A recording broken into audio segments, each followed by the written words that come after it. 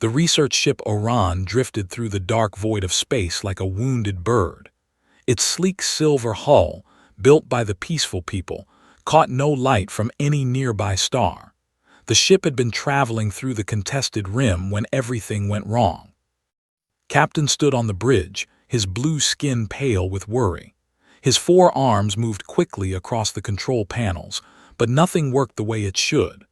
The jump drive that let them travel faster than light had broken in a terrible way. Sparks flew from damaged circuits, and the smell of burning metal filled the air. "Status report," said to his crew. Lieutenant looked up from her station. Her large eyes, typical of all, showed fear. "Captain, the jump drive core is completely dead. We cannot move to hyperspace. The explosion damaged our normal engines too. We can only drift." Doctor, the ship's lead scientist, checked her readings again. She was young for only 200 years old. Her people lived much longer than most species in the galaxy. "Life support is failing, Captain.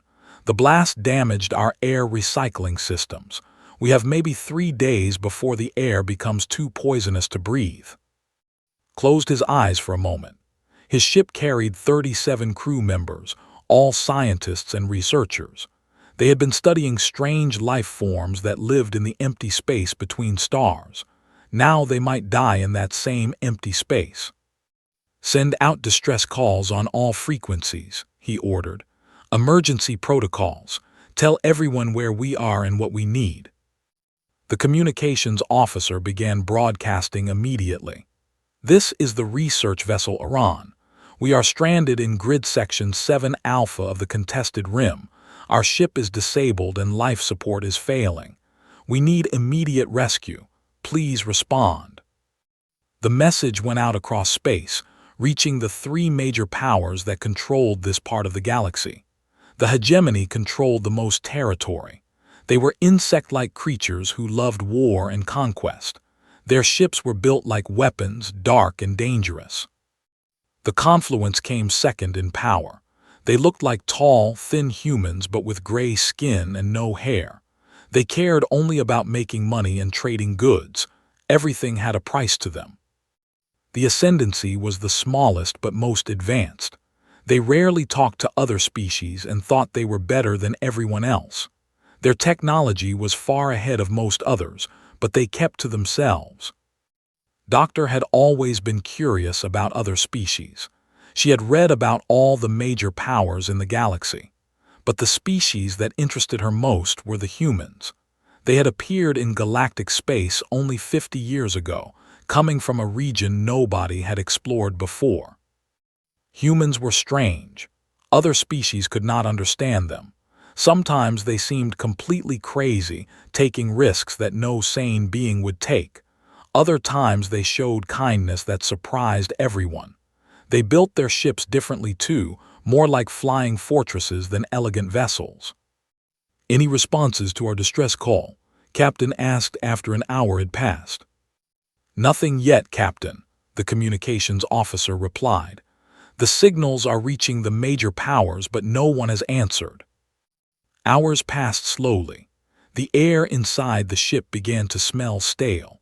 Doctor noticed that some crew members were already breathing harder than normal. The carbon dioxide levels were rising faster than they had hoped.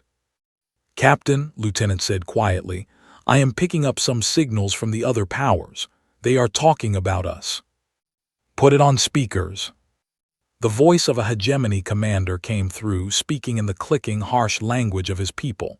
The ship's computer translated, "Research vessel in contested rim. No strategic value. No resources worth recovering. Classification, low priority. Status, ignore." A confluence message followed, colder and more calculating. Vessel Orion analyzed. Cargo manifest shows scientific data only. Estimated value, 847 credits. Rescue operation cost, 12,000 credits. Recommendation, do not engage. The Ascendancy did not even send a message. They had received the distress call but chose to say nothing at all. Doctor felt her heart sinking. They had 2 hearts and both felt heavy with despair. "They are going to leave us here to die," she whispered. "Perhaps someone else will respond," Captain said, but his voice lacked hope. More hours passed. The air grew thicker and harder to breathe. Some crew members sat down to save energy. Others checked and rechecked the broken systems, hoping to find something they had missed. Doctor went to her small laboratory to continue her work. If these were going to be her last days, she wanted to spend them learning something new. She had been studying the void organisms, strange creatures that lived in empty space and fed on cosmic radiation. As she worked, she thought about the stories she had heard about humans. They were supposed to be unpredictable. Some said they were the only species that would fight when they had no chance of winning. Others said humans would help strangers even when it cost them greatly. "Doctor, to the bridge," came the captain's voice over the intercom. She hurried back to find the crew gathered around the main display. "What is it, Captain?" "We are getting some new signals. Ships are coming this way." The sensors showed 3 vessels approaching. They were hegemony patrol ships, dark and angular like flying daggers, but they were not coming to help. "This is Commander Al of the Hegemony Third Fleet," came a harsh voice. "You are in disputed space. When your ship explodes, we will claim salvage rights to any remains." Doctor felt cold fear spread through her body. The hegemony was not coming to rescue them. They were coming to make sure no evidence remained of their refusal to help. They would wait for the to die, then destroy the ship and pretend it never happened. "How long until our life support fails completely?" Captain asked quietly. 18 hours, maybe 20, Doctor replied. "The carbon dioxide will poison us long before we run out of air to breathe." The captain looked around at his crew. These were good people, scientists who had never hurt anyone. They had spent their lives learning about the universe and sharing that knowledge with others. Now they would die because no one thought their lives were worth saving. "Continue broadcasting our distress call," he ordered. "Even if no one is listening, we will not give up." Doctor returned to her station and continued her work. In her heart, she hoped that somewhere in the vast galaxy, someone might hear their call and care enough to help. She had read that humans were different from other species. Maybe, just maybe, they would prove those stories true. But space was vast and empty, and their ship was just a tiny speck drifting in the darkness. The chances of anyone finding them in time seemed smaller than a single atom in an ocean. 2 days had passed since the Orion first sent out its distress call. The air inside the ship had become thick and hard to breathe. Every breath required effort now, and several crew members had collapsed from the bad air. Doctor moved slowly through the ship's corridors, checking on her fellow scientists. Many lay in their bunks, trying to save energy. Their blue skin had turned a darker shade, showing the effects of carbon dioxide poisoning. They had evolved on a planet with clean air, and their bodies were not made to handle poison gases. "How are they doing?" Captain asked when she returned to the bridge. He was still at his post, though his hands shook with exhaustion. "Not good," Doctor replied honestly. "Doctora collapsed an hour ago. She is still breathing, but barely. The others are getting weaker by the hour." Lieutenant looked up from her station with tired eyes. "Captain, I have been monitoring the hegemony ships. They are staying just outside weapons range, watching us, waiting." The 3 dark hegemony vessels hung in space like vultures waiting for death. Their commanders had made it clear they would not help. They just wanted to make sure no other ship tried to rescue the either. "Any other responses to our distress calls?" the captain asked. "I tried offering them everything we have," the communications officer said weakly. "Our entire research database, personal belongings, even our freedom. I said we would work as slaves if someone would just save our lives. No one answered." Doctor checked her instruments again. The numbers were getting worse every hour. "Captain, we have maybe 8 hours left. After that, the carbon dioxide will be so thick that we will lose consciousness. We will just fall asleep and never wake up." Captain nodded slowly. Death by carbon dioxide poisoning was not painful, just like falling into a deep sleep, but that did not make it less terrible. "Sir," Lieutenant said suddenly, "I am getting a signal from a Confluence trading ship. They are responding to our offer." Everyone on the bridge turned to listen. The Confluence voice was cold and emotionless like a computer. "Vessel Iran, we have analyzed your research data. We offer 3,000 credits for your complete database. We do not offer rescue services. Transmit data now for payment to your—" Doctor felt anger rise in her chest. "They want to buy our life's work while we die. They will not even try to save us." "That is how the Confluence operates," Captain said bitterly. "Everything has a price, but life has no value to them." The captain made one more attempt. He opened communications to all nearby ships. "This is Captain of the Iran. My crew is dying. We are scientists, not soldiers. We have families waiting for us at home.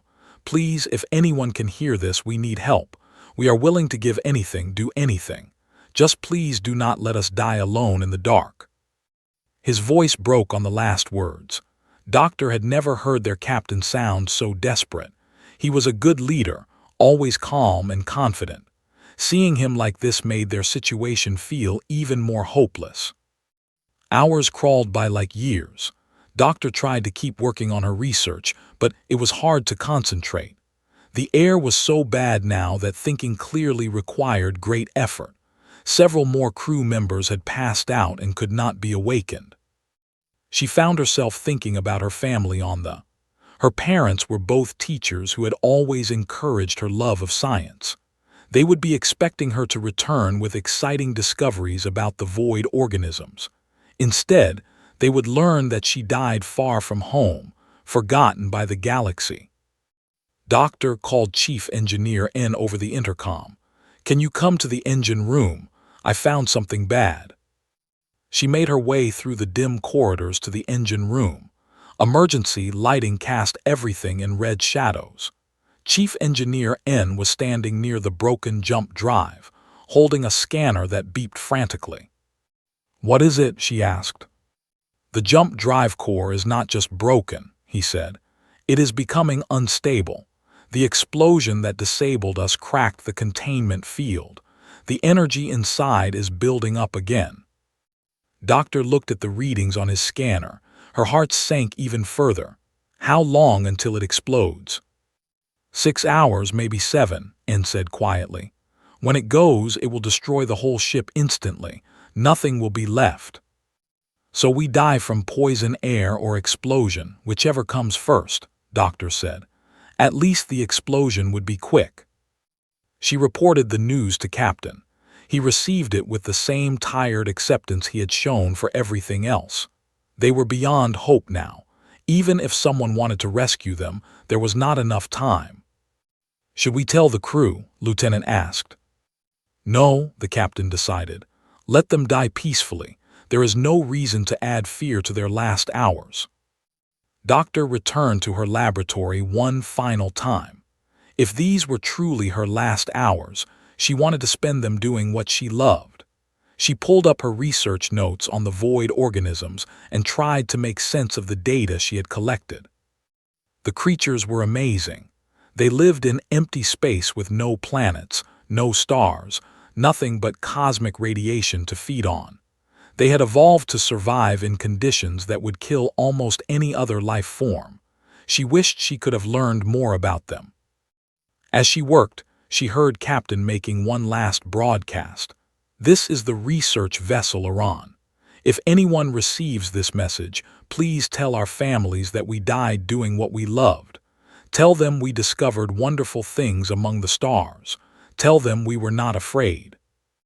Doctor began recording her own message. She wanted her parents to know how much they had meant to her, how their encouragement had led her to explore the galaxy. She wanted them to know she was grateful for the life they had given her, even if it was ending too soon. Outside the ship, the hegemony vessels continued their patient watch. Inside, the crew prepared for death. Some prayed to the ancient spirits of there. Others held hands with friends and waited quietly. Doctor finished her recording and closed her eyes.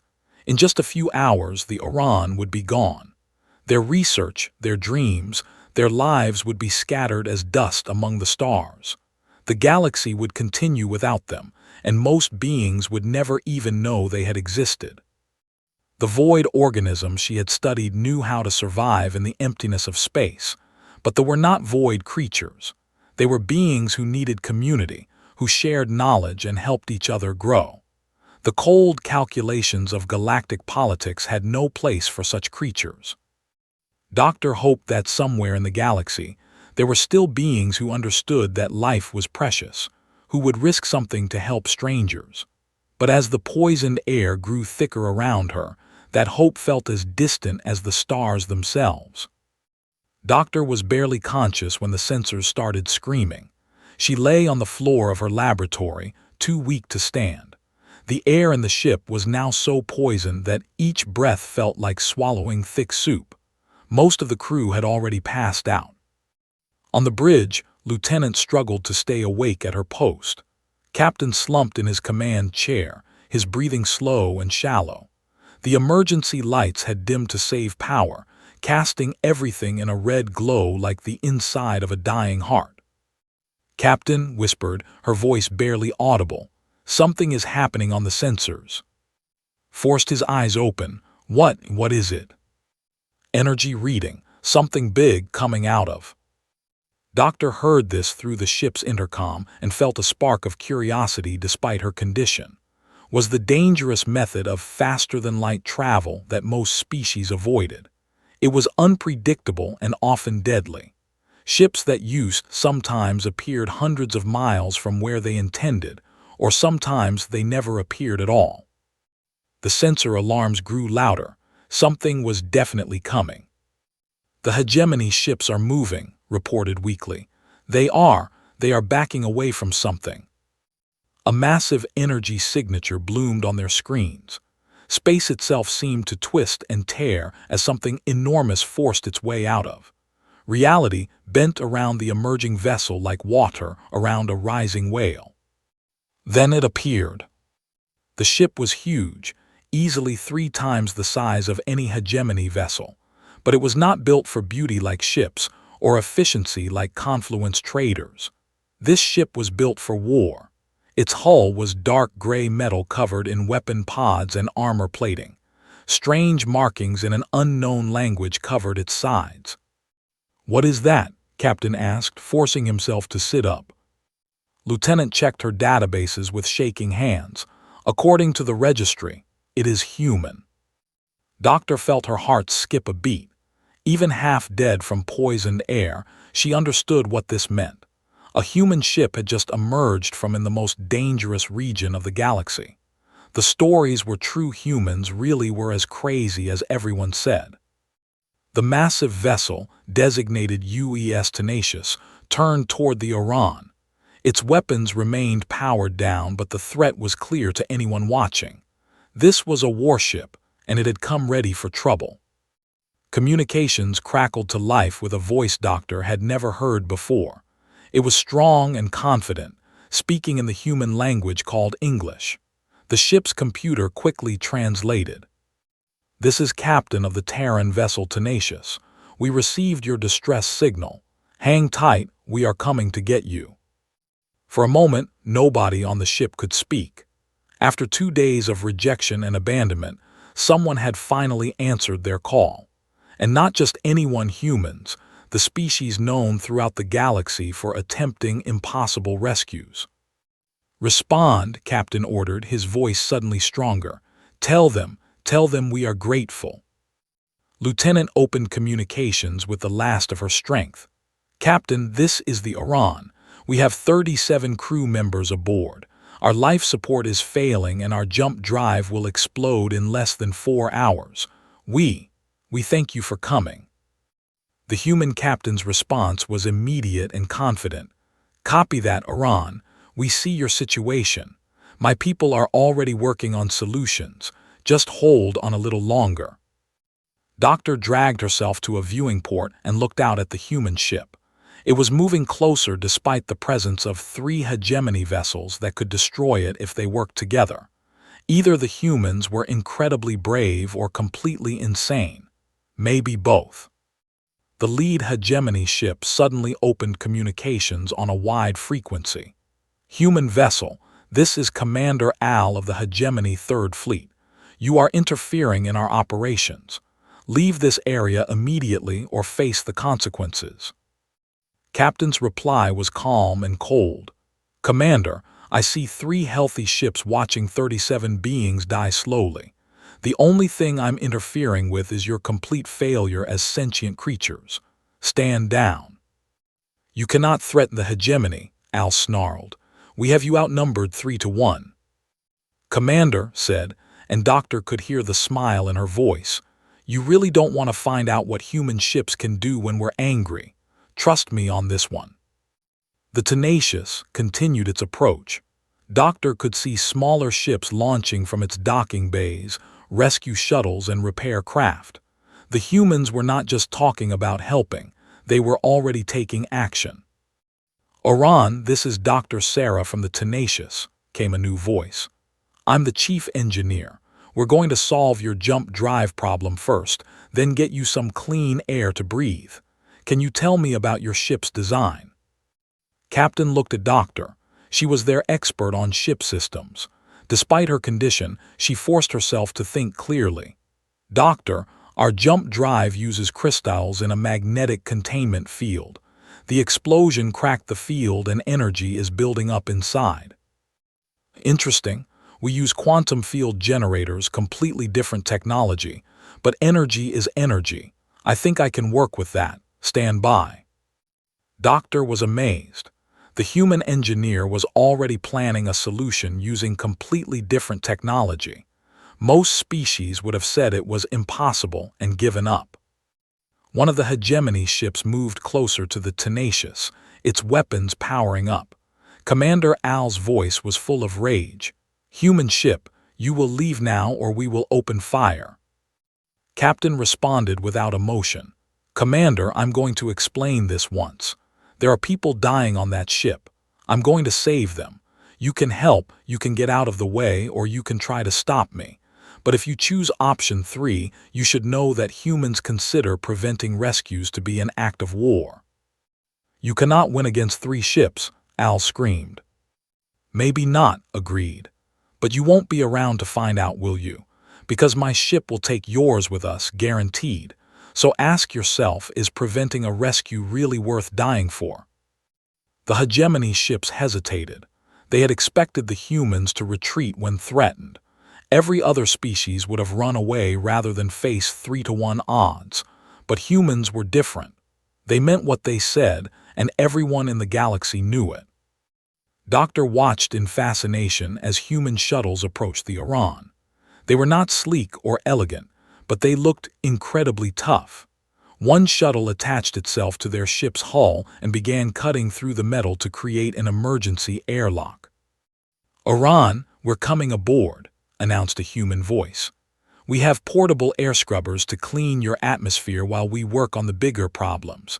Everyone just stay calm and breathe slowly to conserve oxygen. Within minutes, humans in spacesuits were inside the ship.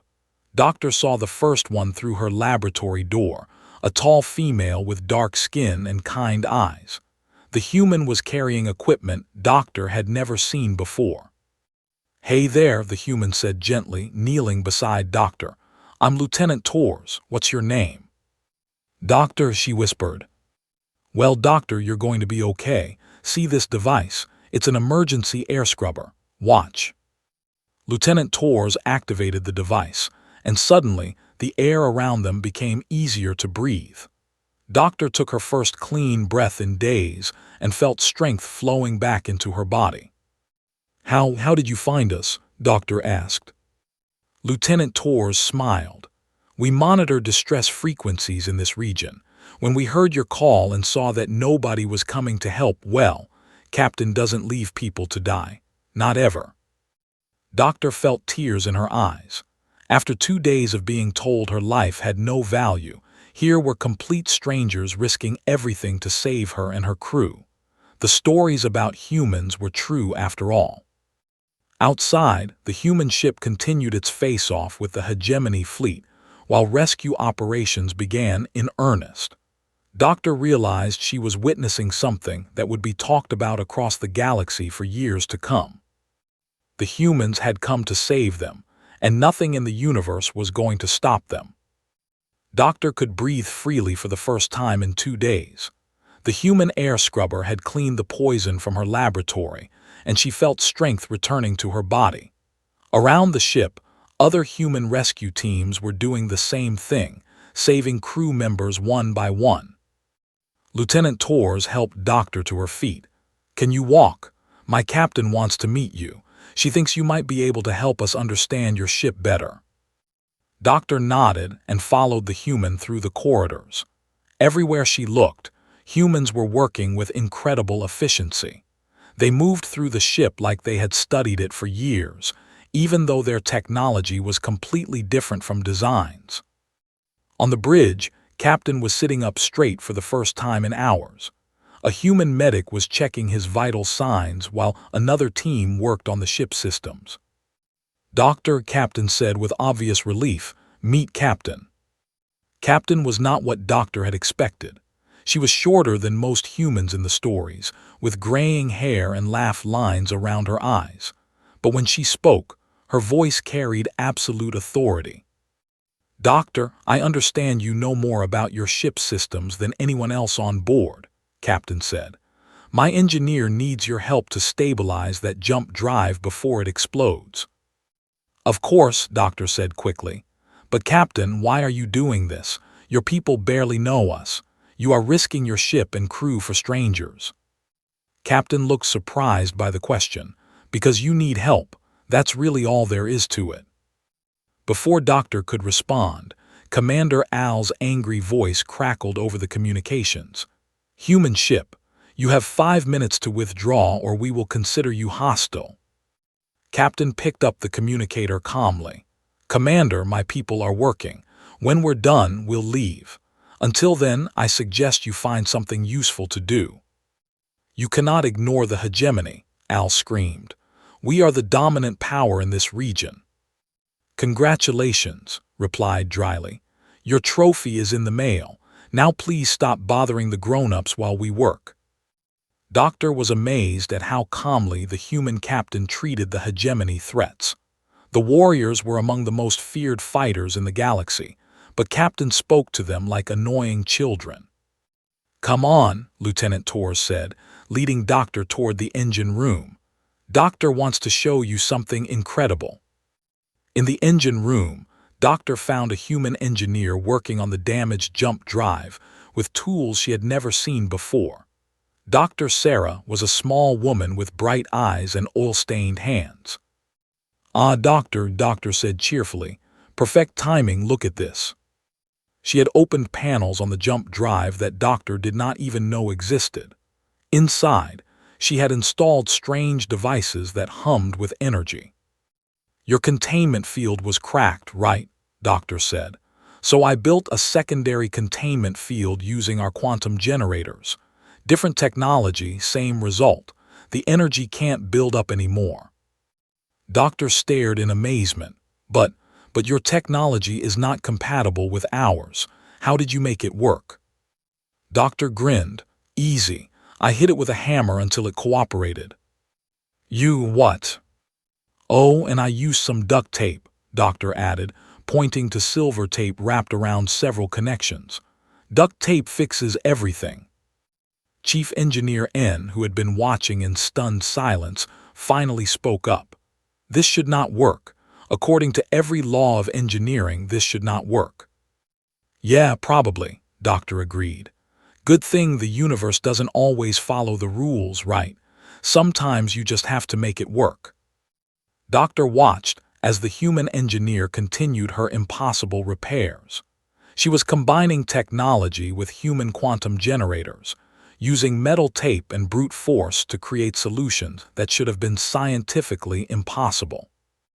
Doctor said carefully, Did you calculate the compatibility ratios between our technologies before you started this work? Nope, Doctor said happily, installing another device. Calculations take too long and you guys are dying. I figured I'd just try stuff and see what worked. Chief Engineer N looked like he might faint. You are improvising repairs on a device that could destroy this entire region of space. Relax, Doctor said. I've done this before. Well, not exactly this, but close enough, trust me. Outside the ship, tensions were rising. The three hegemony vessels had moved into attack formation around the Tenacious. Commander Al was clearly preparing to make good on his threats. Captain's voice came over the ship's intercom. All teams, we may have company soon. Work faster but stay safe. Nobody dies today if I can help it. Doctor wondered how the captain could be so confident. The Tenacious was outnumbered and surrounded. Even if human ships were tough, they could not be invincible. She got her answer a few minutes later when alarms started sounding throughout both ships. On the main display, she could see the lead hegemony ship powering up its weapons. This is your final warning, humans, Al broadcast. Leave now or face destruction. Captain's response was delivered in the same calm tone she had used all along. Chief Santos, please show the commander why that would be a bad idea. Suddenly, the space around the Tenacious exploded with light. Dozens of devices launched from the human ship, spreading out in all directions. Within seconds, they had surrounded all three hegemony vessels. What are those? Doctor asked. Lieutenant Torres smiled grimly. Electronic warfare pods. They're jamming every sensor and communication system those ships have. Right now, the hegemony can't see, can't talk to each other, and can't target their weapons accurately. Commander Al's voice came over the radio, filled with panic. What have you done? Our systems are failing.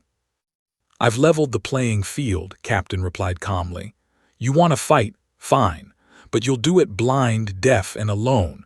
Still feel like testing human resolve. The hegemony ships tried to fire their weapons, but the shots went wide, hitting empty space. Without their targeting computers, they could not hit anything accurately. Meanwhile, the Tenacious remained perfectly unaffected by its own jamming technology. Humans fight dirty, Lieutenant Torres explained to Doctor. We don't believe in fair fights. We believe in winning fights. In the engine room, Doctor put down her tools and stepped back. Okay, that should do it. Doctor, want to do the honors. Doctor looked at the improvised repairs with wonder. Somehow, the human engineer had stabilized their jump drive using technology that should not have worked together. What do I do? Just press that big green button, Doctor said. If I'm right, the energy buildup will disperse harmlessly. If I'm wrong, well, we'll all find out together. Doctor pressed the button. The jump drive hummed, sparked once, and then settled into a steady, normal rhythm. The energy readings dropped to safe levels. Chief Engineer N checked his instruments 3 times before believing them. It works, he whispered. It actually works. Of course it works, Doctor said. I fixed it, didn't I? On the bridge, Captain received the good news with satisfaction. Excellent work, people. Now for Phase 2. Chief Santos, prepare the docking clamps. We're taking our new friends home. The Tenacious moved closer to the Orion and extended massive mechanical arms. But instead of the gentle docking procedures most species used, the human ship simply grabbed the vessel and held it tight. Captain, Doctor said nervously, what are you doing? Taking you to safety, Captain replied. Your engines are still damaged, so we'll carry you out of the contested rim. Think of it as a very large rescue boat. Doctor realized the humans were planning to physically carry the entire Orion to safety. It was completely insane and absolutely brilliant at the same time. The hegemony ships, still blinded by electronic interference, tried to follow, but kept running into each other in the confusion. Commander Al's furious transmissions became increasingly incoherent as his fleet stumbled around in electronic darkness. "Ready for jump to hyperspace," announced the human navigator. "Destination space." "Wait," Doctor said. "Your ship is not designed to jump while carrying another vessel. The mass calculations alone." Captain grinned. "Doctor, you're about to learn something important about human engineering. We don't build ships for normal situations. We build them for impossible ones." The Tenacious, carrying the entire Iran in its mechanical grip, disappeared into hyperspace, leaving 3 confused hegemony ships floating blind in the void. The journey through hyperspace felt like floating through a gentle dream after the nightmare of the past 2 days. Doctor stood on the observation deck of the Tenacious, watching the swirling colors of hyperspace through the reinforced windows. The human ship carried the Iran as easily as a parent carrying a sleeping child. "Amazing, isn't it?" said a familiar voice behind her. Doctor turned to see Captain approaching with 2 cups of something that smelled wonderful. "What is that?" "Coffee," Captain said, offering her a cup. "It's a human drink, helps you stay awake and think clearly. I thought you might like to try it." Doctor sipped the dark liquid carefully. It was bitter but also warm and comforting. "Captain, I still do not understand why you came for us. The other powers said we had no strategic value, no resources worth saving." Captain stared out at hyperspace for a moment before answering. "Doctor, can I tell you something about humans?" "Please." "We used to live on just one planet, way out on the edge of the galaxy. For most of our history, we were alone. We had no idea other intelligent species existed. So when we finally developed space travel and found this huge galactic community, it was incredible." The captain paused to sip her coffee. "But we also discovered something sad. We found that most species had learned to calculate the value of everything, including lives. They had become so focused on politics and profit that they forgot something important." "What did they forget?" "That every life has value, regardless of politics or resources. That when someone is in trouble, you help them if you can. Not because it benefits you, but because it's the right thing to do."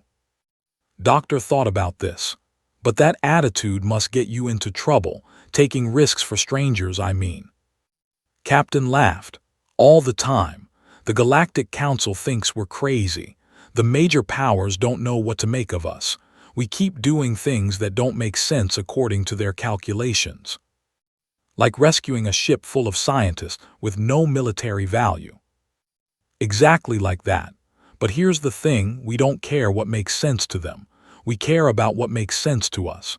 And saving 37 lives makes perfect sense to us." Through the ship's intercom came Doctor's cheerful voice. "Captain, we'll be dropping out of hyperspace in 5 minutes. Space, dead ahead."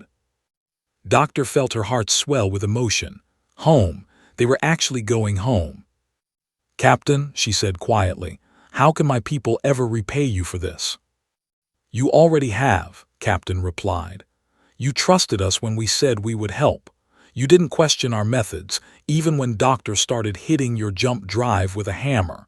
That trust means more to us than any payment." The Tenacious dropped out of hyperspace near the edge of territory. Doctor could see the familiar blue and silver ships of her people's border patrol approaching cautiously. They had probably never seen anything like the massive human warship. "Attention, unknown vessel," came a transmission in the language. "You are entering space with what appears to be one of our ships. Please identify yourself and explain your intentions." Captain smiled and opened communications. "Border Patrol, this is Captain of the Terran vessel Tenacious. We have your people aboard and they're all safe. We're returning the research ship Iran to you." There was a long pause before the patrol captain replied, his voice full of amazement. "Did you say the Iran? That ship was reported missing in the contested rim 3 days ago. We assumed. We thought they were lost." "Not lost," Captain said firmly. just temporarily displaced. We're releasing them now." The massive mechanical arms of the Tenacious gently let go of the Orion. The research ship drifted free, its hull but intact. Doctor could see rescue ships moving in to assist. Captain's voice came over the communication system. "Patrol, this is Captain of the Orion. We are alive and well thanks to the crew of the human ship. They saved us when no one else would come." Doctor found herself crying. She had not realized how much she had missed the sound of her own language, the sight of ships from her. But her tears were not just from relief, they were also from gratitude. "Doctor," Captain said gently, "your people are here. It's time for you to go home." "I know," Doctor said, "but Captain, before I leave, can I ask you something?" "Of course. Would you consider taking me with you?" Captain looked surprised. "What do you mean?" "My people will want to study what happened here. They will want to understand how humans think, how you make decisions. I could serve as a cultural exchange officer, learning about your people while teaching about mine." The captain considered this carefully.